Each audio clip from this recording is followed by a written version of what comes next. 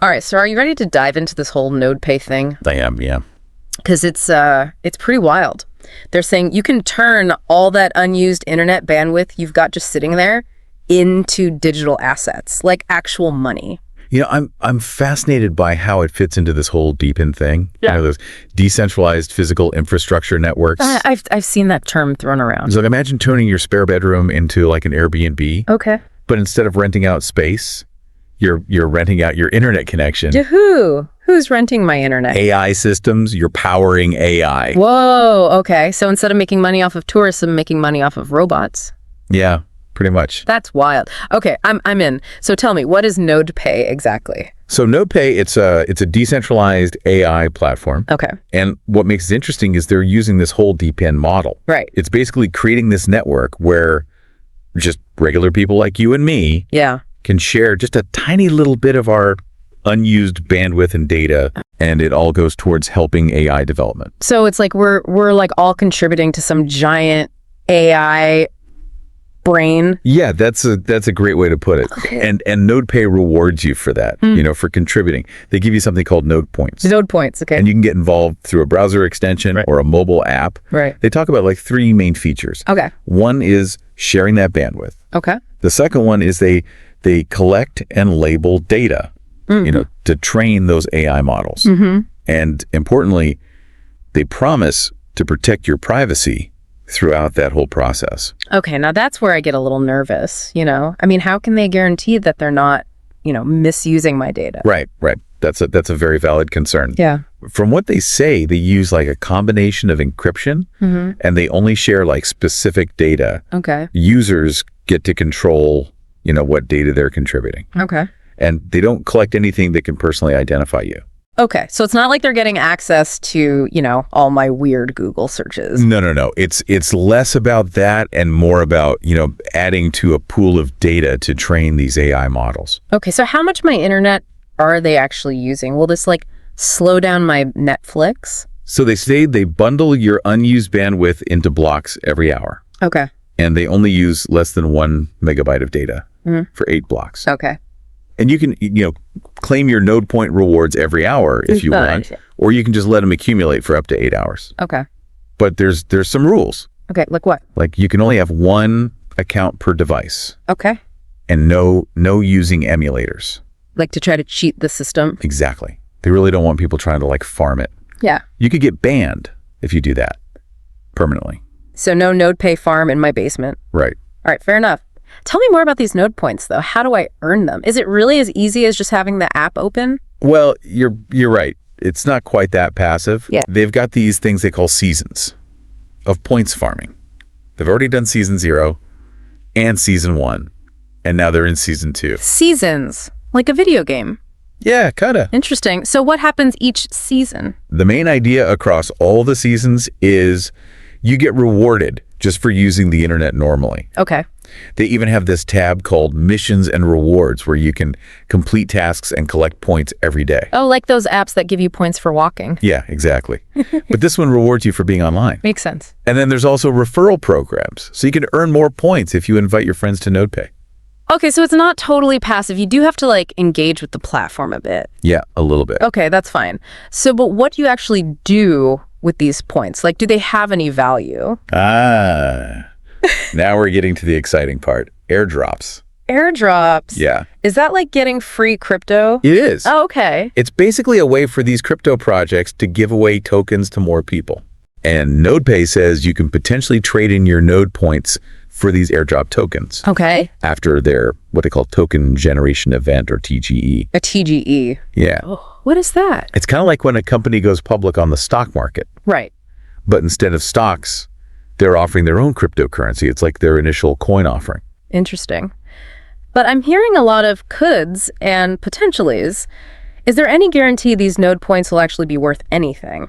Yeah, that's a good point. It's all kind of theoretical right now. Right. They haven't announced an actual date for that token generation event. Okay. And the tokenomics, you know, all the details of how the token will work are still secret. And that's, you know, kind of a red flag in the crypto world. Yeah. Has anyone ever really pulled this whole airdrop model off? I don't know. So even though nodepay says I can turn these points into crypto later, it might not actually happen. Exactly. And we don't even know what the value of these points will be. Right. This is starting to sound risky. It is. It's a bit of a gamble. And there's something else you need to know. What's that? To be eligible for the airdrops, you need to get something called a proof of humanhood badge. Proof of humanhood. Sounds intense. What is that? It's not as complicated as it sounds. Yeah. You just need to connect the Solana wallet to your nodepay account by December 1st. December 1st. That's coming up fast. Yeah. So if I don't connect a Solana wallet by, then I miss out on all the potential rewards from all those node points. That's what it sounds like, yeah. Wow, okay. So why is this wallet connection so important? Well, connecting your wallet lets nodepay keep track of all your contributions on the blockchain. Okay. Which is like, a permanent record. Yeah. That can't be changed. Right. It's all totally transparent. And that way they can make sure you're compensated fairly. So it's not just a random deadline. It's about making sure the whole reward system is fair. Exactly. Okay. But why Solana? What's special about that blockchain? Solana is known for being really fast and efficient, and it has really low transaction fees. Okay. So it's a good fit for a project like this. Right. They could have chosen others, but Solana seems to work well with what they're trying to do.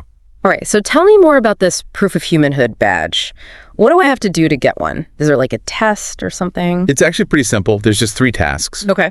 They're all listed under the missions tab in your nodepay account. Okay. I won't spoil it, but they're all about proving you're a real person and not a bot. Oh, okay.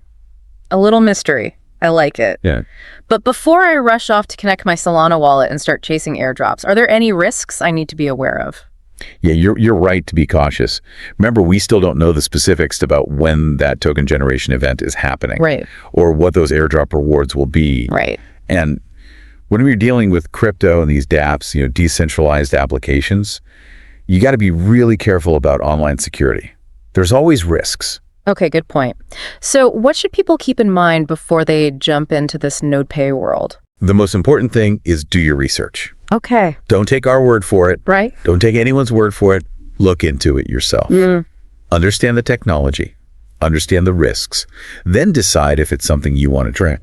All right, that's good advice. So just to recap, nodepay says you can earn rewards just by sharing a bit of your internet that you're not using. Yeah. It's all tied to this whole idea of decentralized networks and AI, which is pretty cool. It is. But there's still a lot of unknowns, like those airdrops and what those node points will actually be worth. Exactly.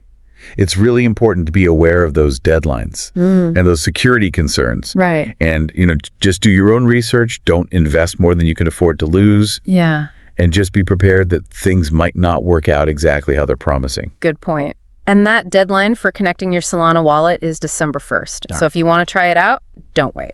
Yeah. And like with anything in the crypto world, knowledge is your best protection. Right. Take the time to really understand the technology, the risks, and the potential rewards before you do anything. Well said.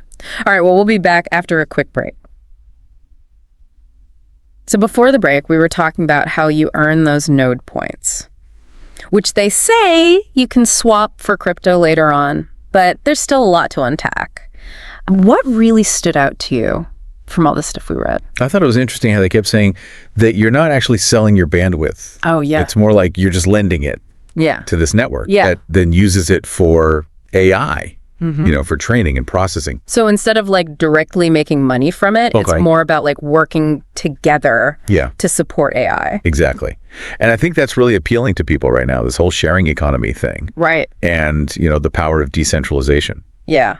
We talked about data privacy a little bit before, but I'd love to dig into that a little more. Yeah. Because they talk about it like it's this big feature, but how do they actually protect my data? Yeah, that's the big question. Is anyone who's thinking about using this should really think about that carefully. Right. From what they say, they use a mix of encryption. Okay. And they're careful about what data they actually share.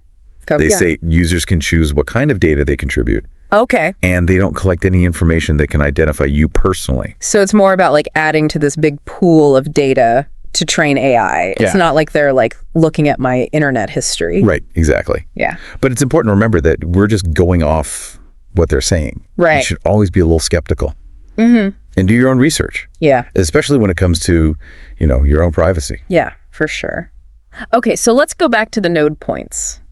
We know that maybe they can be turned into tokens later through those airdrops. Right. But what else did we learn about how to get them? Is it just about having the app open, or is there more to it?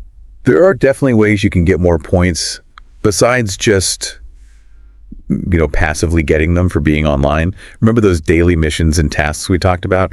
Things like following them on social media, Right. inviting friends, Yeah. or doing these little surveys. So it's kind of like a loyalty program.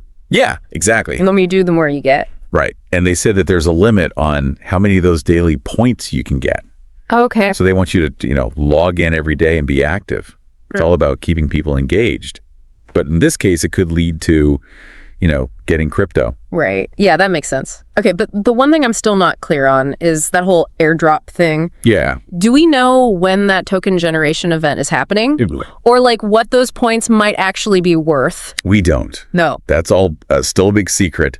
No date for the TGE. And they're not saying anything about, the economics of the whole thing. And, in crypto, that lack of transparency, it can be kind of a red flag. It definitely can. Yeah. If they're so sure about this, why not just tell us more about it? It all feels a little vague. Right, like they've done these past seasons of points farming. Yeah. But what happened to those points?